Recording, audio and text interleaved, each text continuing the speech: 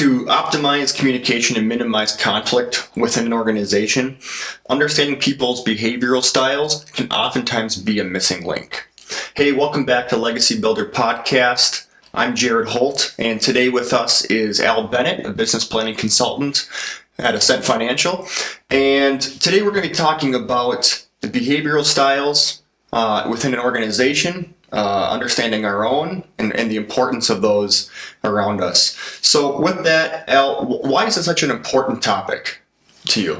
Well, Jared, I would share that, again, as you indicate, if we really want to have the kind of communication that's necessary in our organization, if we truly want to build trust and minimize conflict, it is critically important that people understand not only their own behavioral style, but the rest of the team members' behavioral styles as well. Okay.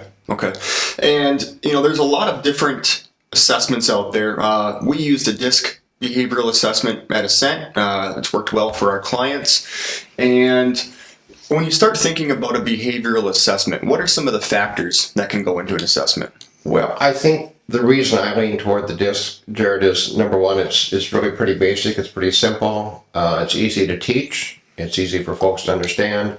And again, the DISC merely measures behavior, which, as you know, is observable, it's flexible. Behavior is something that pretty much everyone can put a handle on, and that's why we've had such great success with the DISC. Yeah, and within an organization, we oftentimes see lots of different personalities, dynamics, behaviors, and if we just work together and we're not understanding why someone's doing what they're doing or how they're thinking, it can oftentimes be a big setback.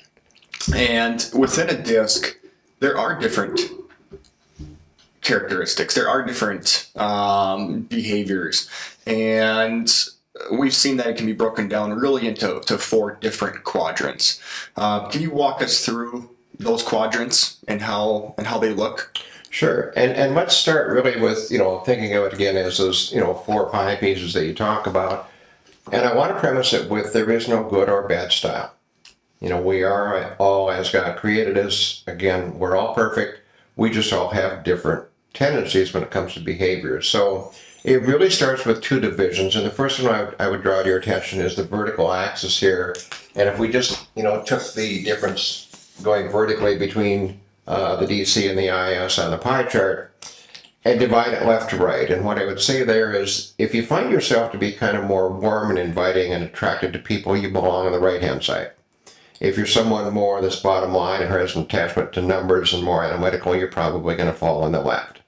So that's the first divisor, is decide, am I on the right-hand side of this chart or the left hand? And then if I divide it one more time, Jared, vertically, the divisor there is the people at the top typically believe they are more powerful than their environment or have more control in their environment than people below the line. And not that the people below the line are necessarily victims, but they often defer to the people above the line. So again, those 4 divisors start to create where might you gravitate. Okay, absolutely. This brings me back to a story, Al, from a couple of years ago. And I was meeting with a business owner in the Twin Cities, very successful entrepreneur who got his business to having 200 to 300 employees, ended up selling it for 8+ figures. And sitting down with him and talking about his organization and how he built it, he went back to the behavioral assessments, saying, understanding how your team members and your clients fall on an assessment sheet. Something similar to this is one of the most pivotal pieces, because as you just said, you're going to have team members that are going to fall in different quadrants. And if you're listening to this podcast, if you're watching this, there's a good chance you're in a position of influence. You're in a position of power to make change. And this leader that I was talking to said, it's our job in leadership to work with our team members and to blend and to bring out the best in each individual. And if we don't understand how they're thinking or how they're working, it makes it really tough for us to do that, because we might trigger things that we don't want to trigger. And so with that, why don't we start walking through this here, Al? And start out, it's called DISC, so we can start with D and some Sure. of the tendencies around that. You bet. And let's start with what I call kind of the northwest quadrant. So we're up in this top left, and we're going to talk about those with that D tendency. And if you were to encounter someone with a preferred behavioral style, we call them high D, you'd probably see someone that was pretty fast-paced. And when I say fast-paced, I mean they're going to move fast, they're going to talk fast, they're going to be very action-orientated. They're going to be uncomfortable if you force them to sit in a chair for 3 hours. They'd much rather be out doing their job, again, moving, walking, and whatnot. The people that live in that quadrant also have little or no problem with conflict. They're very adept at coming in, getting into a very high-stress conversation, maybe even some yelling and screaming for theatrics, and then coming back an hour later and slapping you on the back, and they've kind of gotten past it. Conflict doesn't ruin their day at all. You'll hear with a high D, some of what you listen for is language like what. In other words, what's the bottom line? What do we need to get done today? What do you need from me? They really, just the facts matter. Get to the point. They want to get right to it. So Yep. again, those are what you'd see in that high D quadrant. Yep. I look at that, Al, and when we do the disc assessments with a lot of our clients, oftentimes the Ds can be the one that they push out forward. They like to be the innovators. They like to try new things, challenge the status quo. Myself being a D and doing this disc assessment, I know that oftentimes I'll push out in front, but then I can leave a trail of breadcrumbs behind me. So if you have a D on the team, it's good to set up a good support system to catch those pieces that don't get completed, to clean up behind you as you do push out in the front. Very important. But go ahead. Well, I was just going to add, Jared, that your Ds, as you indicate, they're, again, no bad style. They've got pluses and minuses, and you want drivers on your team. You want people that will take risks and not be afraid of challenges. Those are your D folks, but have an awareness. They may leave a body count behind them. Yep. And they don't have a great attention to detail. So if you have a D in the group, and if you have something that you wanna talk with them about, maybe something that's uncomfortable, what's the best way to approach it with a D? Well, know that, again, Ds are fast-paced, want to be in action, want to be moving, and probably if you want to have a conversation with them, don't lock them in an environment necessarily. Feel free to go out, take a walk with them, get in a vehicle, drive around, let them move, or perhaps have them give a tour of their business, their facility. Know that they like to be in control, and as much control as possible, be it the environment, be it the pace, whatever. Ds like to have control, so don't be afraid to give them some control as long as you can weave in your message and have a great conversation with them. Yeah, absolutely. And with Ds, you got to remember that in talking with them, they are very direct. They're to the point. And to others, if you're not a D, sometimes the feedback that they provide can come across as obtrusive or in your face. And they're not trying to be, but that's their way. They're very direct. It's just their style, Jared. Again, they're very direct. People sometimes are offended by their directness, but they're typically folks that will speak their mind, and sometimes maybe a little bit before using a filter, or how it might hit you. They're just going to say what they're thinking. Yep. Take it or leave it. Yep, absolutely. Yep. And Ds, if you get in an argument with them, and I look at this even just personally, that being a D, and my wife is not a D, if we get into a heated debate, we'll call it a spirited debate, I'm ready to keep moving forward and find a resolution right away. Where my wife, she needs time to think about it. She's not ready to just move forward, or to get over it. She needs her time to think about what we talked about to make a good decision. Where oftentimes I know myself, I need 2 or 3 facts, and then I'm ready to make a decision and go. Right, and as you indicate, Ds don't always need a whole lot of information. They don't always do a whole lot of homework. If they get some key points to trigger off of, they're good to go. Yeah. They're very much the Brady Fire AIM group. Right. So let's move on a little bit here and talk about the Is, and that they have some correlation or relationship to the Ds. And again, being above the line, the folks that live in that I quadrant typically feel as if they have more power. You see them with more energy. But your I behavioral style is really about people. Yep. And people that really like people and draw their energy from being around people, having conversations with people. When you see a high I at a party where there's a lot of people in attendance, they'll be the ones that before they go home, they've talked to everyone in the room. Yep. Or they're probably the ones with the best jokes. They're often very physical. They want to shake everybody's hand. They're the ones that want to give everybody a hug. Again, people is where they get their energy from and kind of the world they live in. And you'll again see them as kind of fast moving, fast paced, but very easy to talk to, very conversational.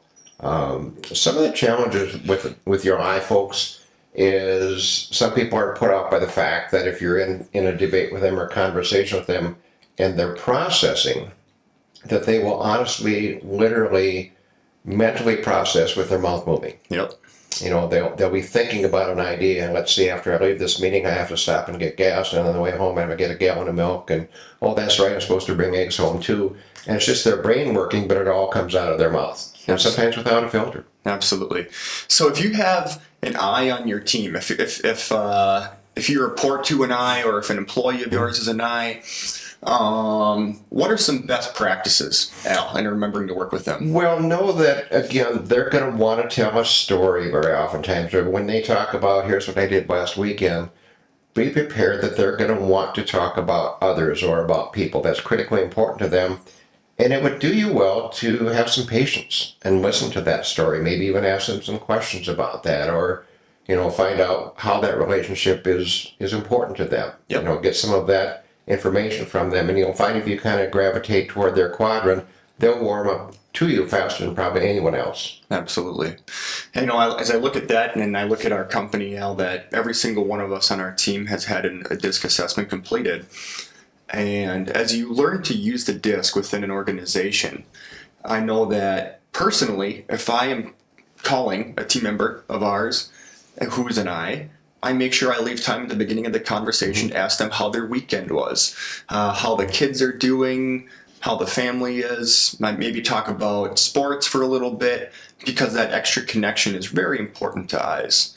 And I heard a story years ago about a business owner, and when he got to the office, or he got to the shop in the morning, he had a pop can of pop roll, and he'd crack a Coke and he'd walk around and talk to his team members first in the morning just about life, just to connect with them. And he'd do that until that pop was gone, and then he'd get to work. And he did that because it was important to his team members to just talk about some of those small things. So he must have had a lot of eyes on his team. Right, and maybe it was a high I himself. Maybe. You know, it might have been his style. Yeah. But knowing that even if that was your belief system or your role as a leader, to have the understanding of this tool, and we'll get into the other two styles here in a minute, but to know that as you walk around with your can of Coke, that you might be interacting with someone else in here that it is not their style. They don't want to talk about their weekend. Going back to the D, I mean, again, action-oriented. I've got stuff to do. Quit wasting my time with a conversation. Yep. Here's what I need to get done by 10 o'clock, and you're distracting me. So that's why we're talking about this, is as a leader or even as a team member, how do you best understand each of these quadrants and be able to kind of move around and be able to have that relationship with people. A little bit more maybe, Jared, about the eyes, in that, you know, we think about some of the identifiers, or how do you know you're maybe in the environment of an eye. Where they sometimes get themselves into trouble is assuming everyone is like them, or everyone would like to have a long and lengthy conversation or share stories, or that you'll catch an eye talking incessantly and not necessarily being a good listener, because again, they want to move their mouth, they want to be having that conversation. So have some awareness that again, they're kind of all about relationships and the who and people stuff. And as we'll indicate as we work around these styles, that any one of these styles, Jared, if overused, can become a weakness. Yep. And you have to have an awareness of that none of them are bad, but if you only focus on one of them and amplify it, it can become a weakness if you're trying to build trust and improve communication. And as you use the DISC and understand different team members' behavioral styles, it can be such a benefactor if you do realize where people fall. A family that we've worked with before, a farming operation, figured out that one of the successors is a high I, and that he's a perfect person to be out in the community, to be talking with the landlords, to be talking with some of their vendors. and they put him in that role because he excels at it. Exactly. Yeah. And as you indicate, the value you can bring to an organization by understanding your own style, also the style of other people, and then capitalizing when you get to the sector on roles, responsibilities. How do you build on the strength of those different behavioral styles? Yeah. So we'll move on to the S's, Jared. The people that live in that S quadrant, now we've dropped below the line. So these folks in S and C are the ones that probably feel as if they have less control over their environment. Interestingly, the folks that live in this S quadrant, what they do really enjoy, what they like, is really being part of a team. Where they find the most energy is, I'm number 4 on a team of 10, and they like living there and kind of knowing their place. Where they struggle as an S is if you're part of a team, you're kind of waiting for what the coach tells you to do next, is that if you gravitate toward that S quadrant, you probably don't always understand the how. And by that I mean, if you give an S a process that has 6 or 7 or 8 steps in it without explicit instructions, they will get lost. They won't know how to get from step 5 to step 8 unless you guide them along. Yep. The other thing that you'll notice right away with S's is that they have a tremendous aversion to conflict. They despise conflict, and they will do anything to avoid it. Very oftentimes in the groups that we work with, primarily family businesses, whether it's a good or a bad thing, we'll find mom down there in that S quadrant. And again, she wants to be part of the team. She wants to be a caretaker. She wants to keep everyone happy. But where she gets caught is in what we call mom in the middle, where, dad's frustrated with son or daughter he's trying to bring into the business and comes in at lunch and says, that kid of yours, and kind of expresses this frustration and goes back outside. And then son swings through the house for coffee mid-afternoon and says, I have no idea how you married that man. In that the successor is frustrated with dad, and there's mom stuck in the middle. So our job as consultants is oftentimes to get in there and help all of the family understand how devastating being mom in the middle can be, and then helping dad and the successor realize that if they're in conflict or they're in some sort of disarray because of their behavioral style or a communication factor, it is up to them to not fix it. It's up to them, to fix it, not to put mom in the middle. Yep. And absolutely, in an organization, if you're working with an S on the team, knowing that they can be a little bit more conflict averse, and how can you best break the ice in talking with an S? If there's something that you got to talk about, not every day is perfect in a business setting or a family setting. How do you have a professional conversation with an S?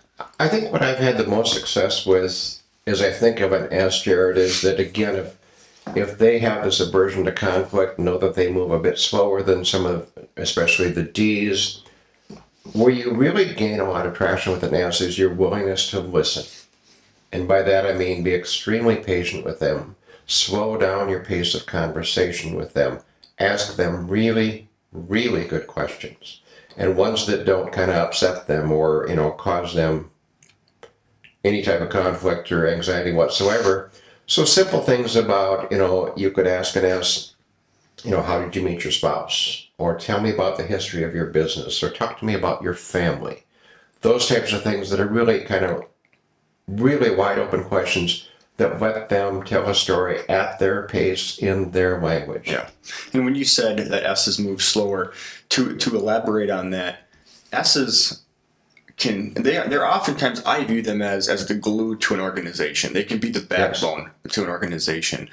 When we say they move slower, it means that they're simply sharing verbally their opinion or providing feedback. They're moving. Things are moving up here, but they might grind through the gears 3 or 4 times more than a person up in the D or an I before they're ready to share their opinion.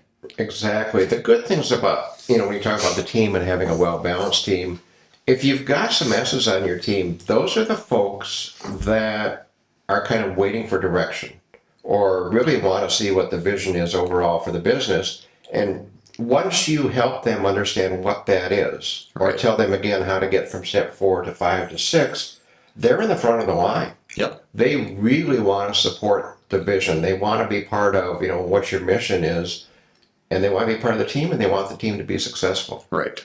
And collaborating with S's and having them on the team can be so valuable because they'll oftentimes make sure that the end result is done right.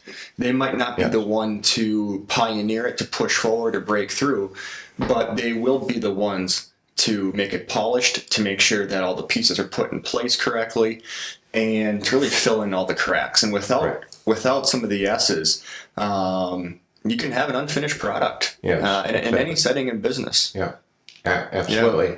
So let's move on, Jared. We'll finish up and talking about the C's, down here in the southwest quadrant of our chart. The C's are the folks that you'll find on your team that have this tremendous attention to detail. They're very analytical.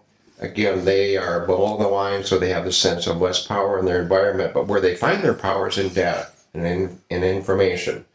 And if you, for example, were looking for a great CFO or a CPA that really is going to get into the number idea, a controller in a business, whatever, that's where you look, is somebody that has this attention to detail that, if necessary, they'll stay up till midnight to reconcile the checkbook to the penny, because close for them is not good enough. You'll recognize C's. They're not too hard to locate. When you pull in the yard or come into the place of business, there's hardly anything out of place. If you could look in their cupboard, you'd see all the labels facing forward. If you open the fridge, it's perfectly, arranged. If you went to their closet, the clothes are divided up by color.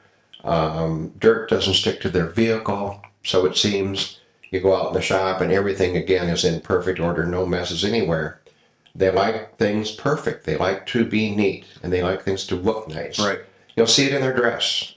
Their shoes are polished. Their clothes are pressed. Their pants are creased, Again, they're pretty buttoned up folks. But where they bring their value, again, is in this attention to accuracy and detail. And we love to see it in businesses we work with that are about production. Whether it be, pounds gained or number of, pigs per sow per year or pounds of milk or whatever. It is the details that make the difference, that drive those metrics. And that's what the C's are really, really great at. Have you seen C's, how do they tend to react with their counterparts in a business? Are they typically ones that go with the flow, or do they like to challenge the status quo? Well, it depends, and it's a good question, Jared, knowing that, we've kind of talked about these styles individually, and in all reality, they're not. All of us have some sort of primary behavioral style, but then we drift and bleed into the other quadrants. So, for example, if my primary style was high C, and that's, where I anchor this idea of accuracy and data and facts, but I've got an S tendency, well, I might lean on my need for the data, but if I have a secondary style of an S, well, I'm probably not going to pursue conflict or moving along. Mm-hmm. Whereas if I was, more of a CD personality, if I've got some information, I've got some facts, then I'm ready to move to action. So I think a good, transition here would be to realize that none of us are any one style, but rather a blend of all of them to some degree. If you were to have us do a DISC assessment for, your team or for you individually, the DISC assessment comes back with a dot that identifies where you reside on this chart. And if you're way out toward the edge of the chart, it means that you've got a very strong tendency, perhaps if, you're out here in the C and you're on the edge of the circle, then you're kind of all C. Whereas if your dot's a little closer to the middle or moving in, well, then more likely you're going to have a blend of these other styles. Right. Ideally, if you were the chameleon, your dot would be exactly in the center. Which in reality, if you think of how do you take your behavioral style and capitalize on, again, understanding your style and the style of others, is to try to get as close as you can to the middle so that you can move to other people's behavioral style. Yep. So say, for example, if I was living in that C quadrant, but I had to interact with an I, it's perhaps challenging for me to go diagonally across this thing and go strike up a conversation and be fluent, and listen to their stories about their friends and all of that. But the more that I do that, the more I can enhance communication, build trust, minimize conflict. Right. That's what we're talking about here. Absolutely. Absolutely. And as you look at this, one more point about C's are that once you've identified the C's on your team, oftentimes they can be the individuals. So from what I've seen, anyways, they can be the individuals that can play devil's advocate pretty well. And if you don't understand where someone's coming from or their personality type, it can come across as them not trusting you or second guessing you. It's not. It's just their nature to question, to make sure it's right, it's accurate. Like you said, things got to be perfect or as close to as they can be. So they can really be the auditors on a team. And so if you have someone who's questioning you, don't take it offensive, or don't take offense to it. Just think about, maybe that's just them, making sure that we're doing the best that we can be. Well, and as you indicate, Jared, all of these styles, again, they're unique, but they're perfect, but they have these anchors. And so let me start from the top left again, where the D's, you're going to see that what thing, what needs to be done, what's the bottom line. Moving over to the I's, it's going to be about people. So their trigger is who. Mm-hmm. You'll hear them tell stories about other people or themselves or their kids or whatever. The S quadrant, they want to know how. How are things going to get done? How will I know? That's their... And then as you indicate, the C's, that's about why. Mm-hmm. And why for them, if it's data, they can reconcile that. That makes sense. But if it's more conversational, that's where, as you indicate, they're going to push back and want more information to determine the why piece. Yes, absolutely. And if you're watching this or if you're listening along, you can do a quick, short, free DISC assessment if you'd like. You can find that on our website at ascentmn.com. It's a one-page assessment that it's not a full, in-depth analysis, but it gets you in the ballpark of where you can be. Once somebody understands their tendency and they've had their team do an assessment, maybe there's 6 people in a company or in a family, what's the best way then, Al, to start using this information? Well, I think the teams I've observed over the years, Jared, that have really used this tool and used it successfully, first of all, rule number 1 is understand that your style is not a noun. It's high risk to say to someone you're a D. Or you're an S. I mean, that is not what we're saying here. What we're saying is that the behavior you're exhibiting mirrors this style. Secondly, that no style is good or bad. I mean, they are all perfect. Mm-hmm. And third, that everyone is a blend of all of these styles. Yep. If you kind of have that as your foundation to work from, and then know that your global goal as a team member and a great leader is, again, we're talking about optimizing communication, building trust, and minimizing conflict. That's the idea of using this tool. Yep. Absolutely. Absolutely. Perfect. Well, Al, thanks so much for taking time today to talk through behavioral assessments, the importance they can play in an organization or in a family. Today we talked about the DISC assessment in general as the primary tool that we find useful for behavioral assessments. And if you want to learn more about this, you can visit ascentmn.com. Otherwise, thanks for today.